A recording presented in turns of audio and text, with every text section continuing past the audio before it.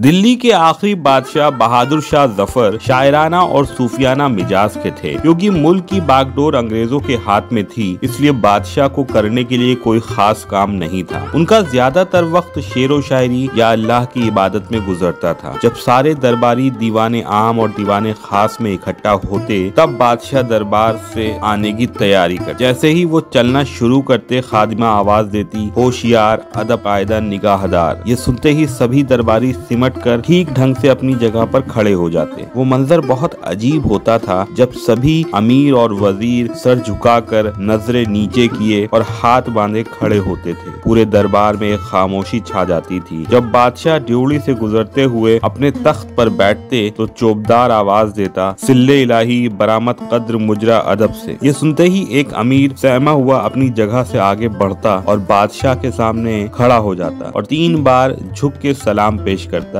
इस तरह सभी दरबारी एक एक करके सलाम करने के रिवाज को पूरा करते। फिर बादशाह कहते, कल मैंने एक गजल लिखी थी जिसका शेर कहता हूँ। शेर सुनते ही एक अमीर अपनी जगह से उठ के बादशाह के सामने हाजिर होता, सिर झुकाकर अदब के साथ कहता, सुभान अल्लाह कलामुल मुल्क मलकुल कलाम। फिर अपनी जगह वापस बैठ जाता। फिर अलग अलग शेर पर अलग अलग दरबारी इसी अदब और लिहाज के दायरे में शायरी की तारीफ किया करते थे। कई लोगों ने बहादुर शाह की मुरीदी भी इख्तियार की। जो भी बादशाह का मुरीद बनता, उसको 5 रुपए महीने की तनख्वाह बांध दी जाती। इसलिए बड़ी तादाद में लोग बादशाह के मुरीद बनते चले गए।